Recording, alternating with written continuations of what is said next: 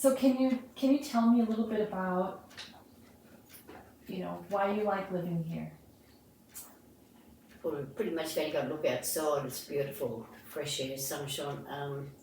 Country. I just love the country. I don't like being in town. It just isn't me. I don't like close neighbours next to me. I'd be able to put my music on and not have to worry about the neighbours next door worrying but the music's too loud because my hearing's going a bit now. And I just love being out here in the fresh air in the country, and the views are fantastic. Hear the birds in the morning singing, and that's beautiful. Rather than hear cars revving up in the morning, I'd rather hear the birds singing in the morning. And the wallabies come around first thing in the morning in winter time, and the birds come down, I feed them. So I just love being here, I do. I could not move. I don't want to move. So here's Sammy. Yeah, this is another reason why I think staying at home is really good. You can keep your own animals, whether they be cat, dog or bird. Once you go to a nursing home, you have to give them away, and they're your best friend. You don't give them away, don't give your big best friend away. You can keep your dog and your cats with you. And they are a big part of being assistants to you when you get older as companions. You need that companionship as you get older, and they will be there to look after you. So I just couldn't give her up, no way. It would break my heart. It would break her heart. She's been my sole support for the last 4 years, so yeah, she stays with me. She follows me everywhere. I can't go anywhere without her being right by my side. It gives you a reason to get up in the morning because you've got to look after them. They can't look after themselves, so you've got to look after them. Just get out of bed in the morning, gives you a purpose in life. How long have you lived here, Laurel? Since 2002, so it's 22 years. Oh, you've been here a long time. Long time, yes. I don't see any reason to leave. Yeah. Are your family members concerned about you living all alone? They are. They are? They are, yeah.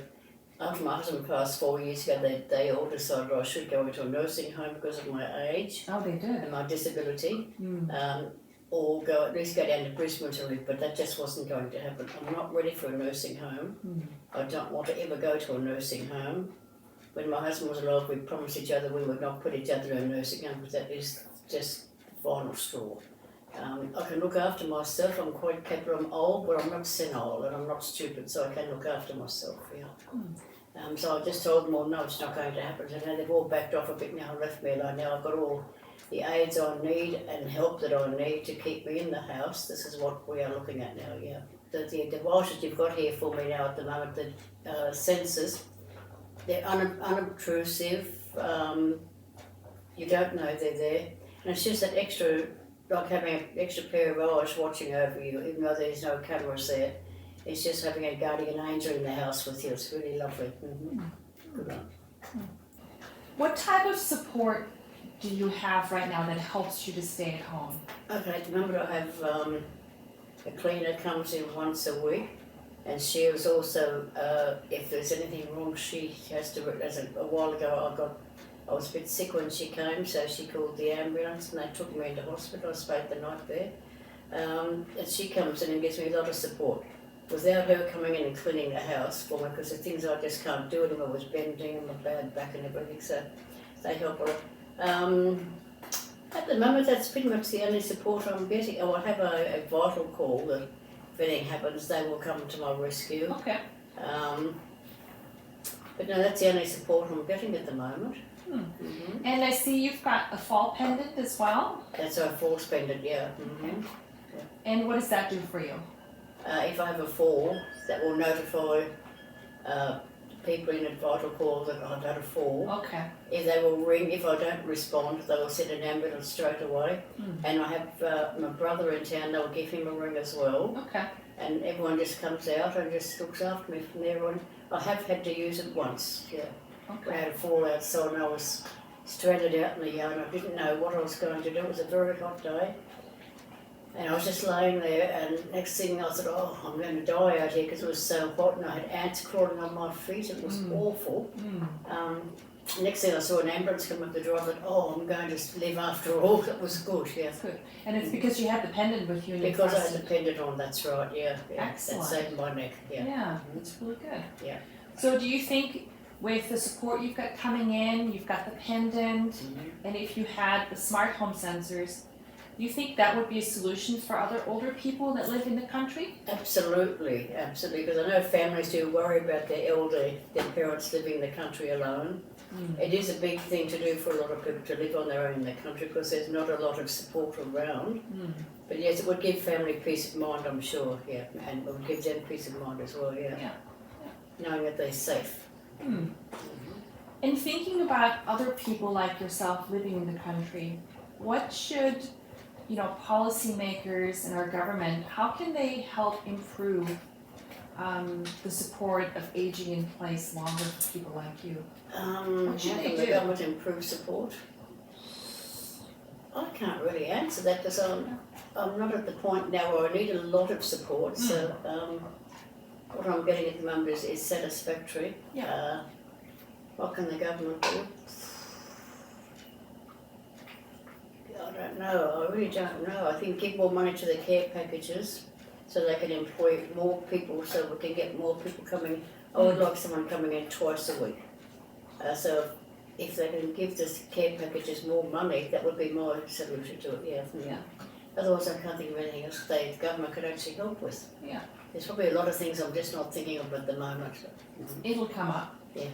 And in terms of the smart home sensor, so you were our first test case, our pilot participant. So we installed, I think it was just about 5 sensors in your home, Yes. no cameras. Yes. You said earlier they were unobtrusive. Like, how did you feel knowing that the sensors were in your home? I guess it gives you a sense of security, Okay. knowing that there is somebody else there, to help if you need it. It does give you a sense of security, yes it does. Yeah. Did you feel uncomfortable at all? Not at any time, not at any time. You just don't know they're there. No, I didn't feel any problems with them whatsoever, none at all, no. Okay, all right. What are your plans and hopes for the future?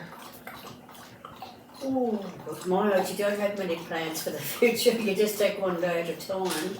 Every day I can get through is a bonus. My plans for the future, I guess, is just to keep on keeping on, just keep staying here.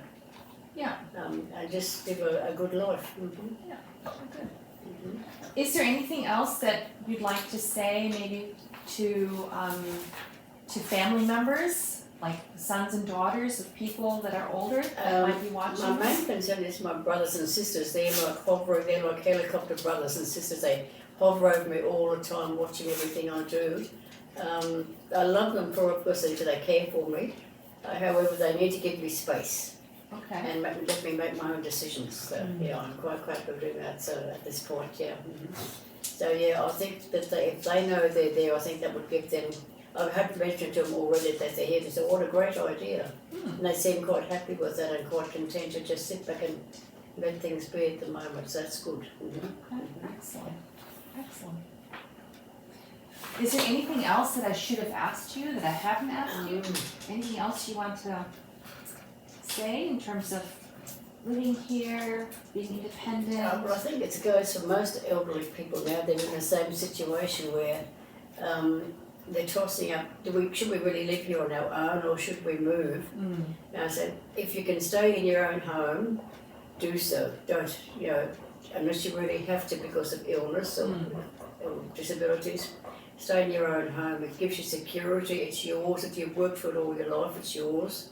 And I would suggest stay in your home as long as you possibly can, Yeah, it's yours and you're safe there, so yeah. Yeah, that's really good. And maybe they can look into what supports they can get coming to their home. That's it, what help can they get? To support, so if you do have a need or you become unwell or you get a stroke or something, perhaps you can get supports coming into you. Exactly, we can get physiotherapists coming in and you can do that in your own home. I might at the moment have 2 physiologists and physiotherapists coming into my house to help with my breathing. Yeah. I don't have to get in the car and go into town and do that. They come out to me. They've been wonderful. So there is help out there if you just ask the right people, there is help there. And we can all get as much help as we need to stay in our homes, which is wonderful. Yeah, excellent. Thank you so much for granting me the interview. It was You're so very nice of welcome. you.